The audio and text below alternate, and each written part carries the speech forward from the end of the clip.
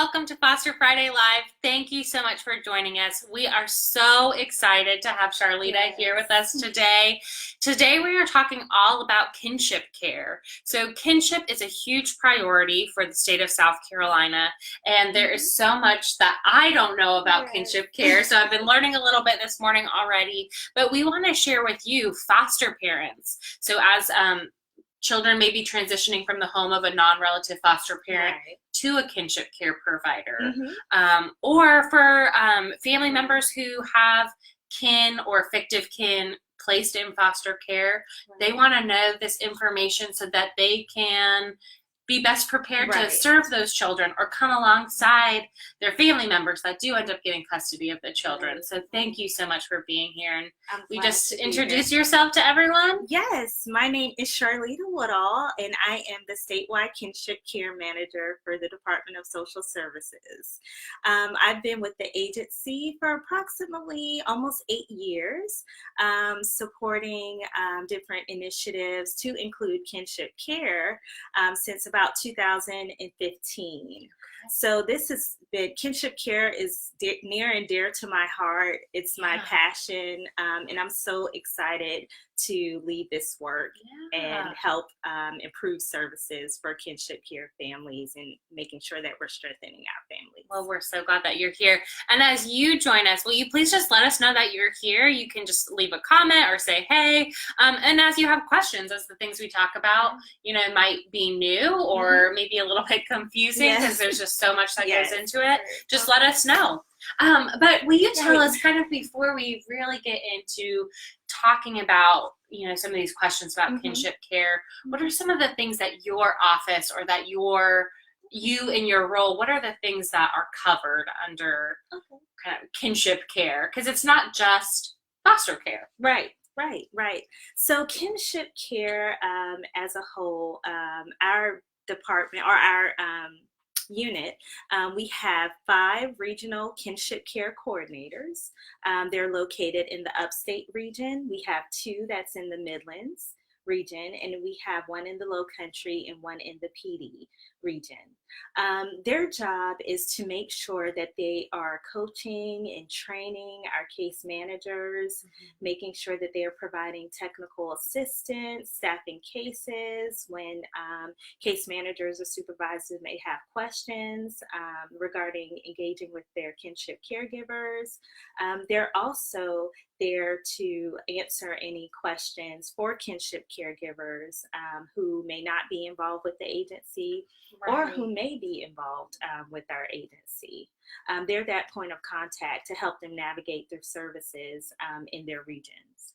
And also, so they're not, and you are not a case manager. No. There's no necessarily separate case manager for a kinship care case. It's these coordinators are helping to coach the foster care caseworkers and supervisors, family preservation, on kind of high impact practices, the laws, policies, procedures, and those sorts of things. Most definitely. So when I think of kinship care, and I think this will kind of help us as we kind of talk and dive deeper, I think of, okay, as a foster parent, a child has come into my home, they've been here for a while, they've done the merits hearing, and a relative is identified.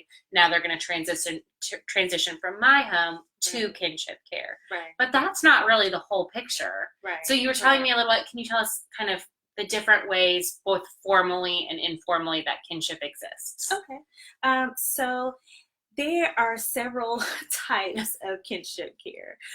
So there is informal, like you stated, where parents made a arrangement, informal arrangement, to have like a grandmother or a neighbor take care of the child while they're unable to do so. And the agency is not involved. So you gave, I think, the really good example of the Fresh Prince of Bel-Air. We don't think about that, but that is kind of like this kinship arrangement.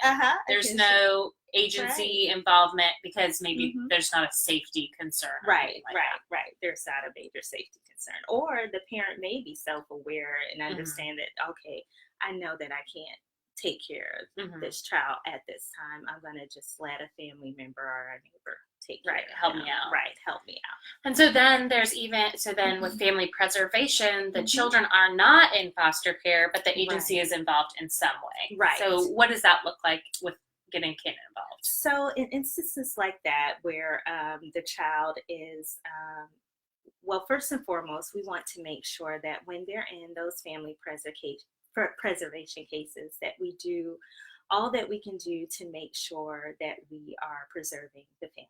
Right. So sometimes in those cases, the child may have to, or the caregiver or the parent may agree that the child needs to, well, I can't, can the child stay with my relative at this time while I'm working on my plan, or, working towards getting where I need to be. So at that time, we usually offer them the option to become licensed as a foster parent. We want to do that at the beginning. So if we need to remove that child out of the home, we will, and put them in our legal custody. That kinship caregiver will have the option to go through the licensing process. Right. And then obviously when children are brought into foster care or enter foster care, emergency protective custody or court order, whatever it may be, they might start off with a non-relative foster home, but the goal and the priority is getting them with family. Right. Okay. The goal and priority is. Yeah. So we've kind of talked about all these different types of kinship care. So when it boils down to it, if you were just kind of explaining general kinship care in a sentence or, to someone, what is it? Basically, I mean, it's, like I said before, the term may have changed, but the meaning still stays the same. It's always when, someone feels that they can't care for their child at this time and they feel like a relative or a godparent or a close family friend would be what we call fictive kin, right? Yeah. Hey Jill, thanks for joining us. Someone they're closely connected to, have a significant relationship with, who they build that bond with. Yeah. It could be teachers, because we know teachers see them 24/7, basically, majority of the time. Yeah.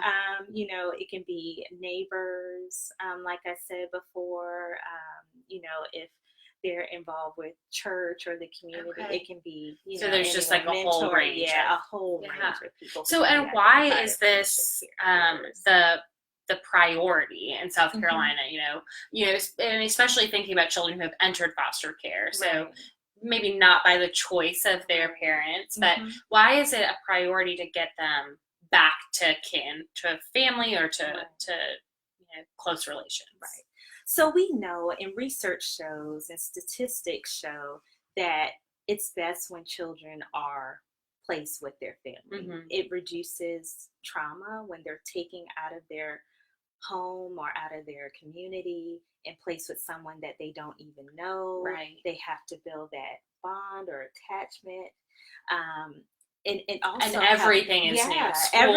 School, friends, everything. Family, So it's like taking them out of their unknown. Even though they don't understand, like, oh, well, we had to, because, it's a safety issue with your parents, but at least they can still stay connected to their family or close connections in some sort of way. Yeah, I think the way that I like on the DSS website, it kind of says these people that share the same roots or these family bonds that matter. Yeah, family bonds that matter. That is so important. Yeah. And we know, and like I said earlier, we have national data shows that we have 2.7 million children that are placed in kinship care homes. Wow. So that is a lot of children. And how many you were saying in South Carolina? In South Carolina, 74,000. And that's both formal and informal. Yes, so that's steadily increasing. So kinship care is very important because we want to make sure that we're able to, provide kinship caregiver with the supports that they need in order to care for their And what we really want to focus on today, we do want to talk about the support and the resources available. But tell us first, how is a kinship care placement made? What does that look like? Okay. Obviously we've talked about informal, the agency's not really involved, but otherwise, what is it, placing a child with a relative or a fictive kin? What does that look like, or how does that work? Okay. So it all starts with the case manager, making sure that they engage with the parent to find out who's out there, who can we, who can this child stay with instead of instead of them coming into foster care. So we definitely start with, giving that right to the parent to say who they would like this child to be placed with. Yeah. If not, we do research family members. We have a new process that's coming called Clear that can research, family members that we may not be aware of. And then, so you're really looking throughout the family tree very extensively. Yes, we are. And contacting all of them, or how does? Yeah, contacting them just to see if they, not basically contact, but we have to get, permission from the parent. Right. Okay. To make sure, that so the parent can kind of has some say in, yes, this person is appropriate or not appropriate. Yes. Okay. And child and family team meetings during that process when they are they have a family meeting. It's the parent, the caregiver, or whoever they like to be a part of that. It can be providers that the children is already receiving service with, that can all come together to explore what options are out there to have this child placed with family. And so then what is the transition from maybe a non-relative foster home to a kinship placement once that person has been decided upon? Okay, so that process is always a transition process. It always takes time and depends on like a case-by-case basis. And also including like when the case manager is doing their assessment to determine, is this child ready at this time, or they may contact providers, therapists, whoever's involved with the child, just to make sure what the child's needs are at that time, to make sure that we have a smooth transition when we're,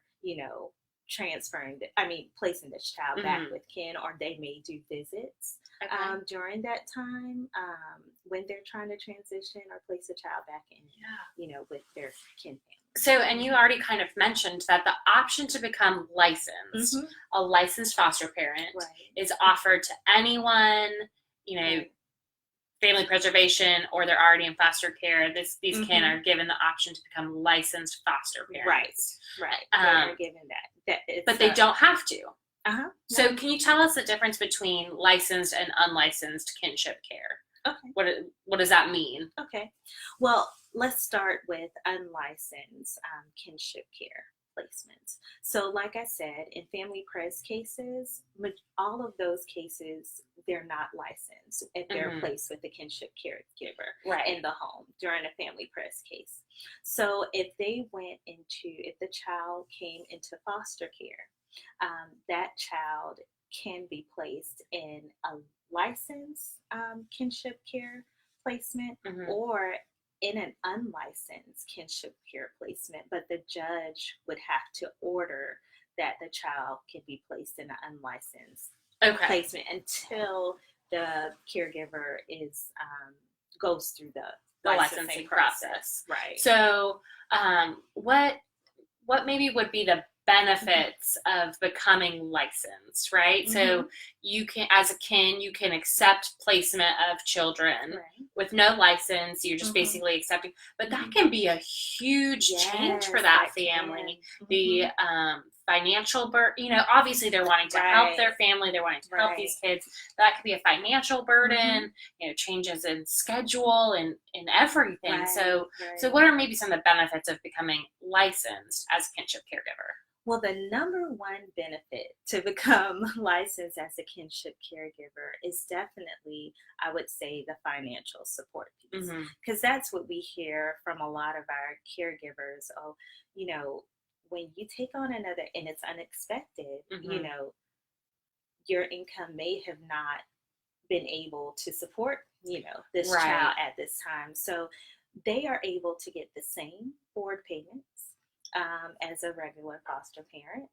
They're able to get vouchers, clothing vouchers, childcare vouchers. Yeah. So the ABC The vouchers. ABC vouchers. Are they eligible for WIC? And Yes. Medicaid, the child would get Yes, Medicaid through automatically. foster care. Medicaid, and then if it's an older child, they can still receive Chafee funds, which is for older youth, Right. for school.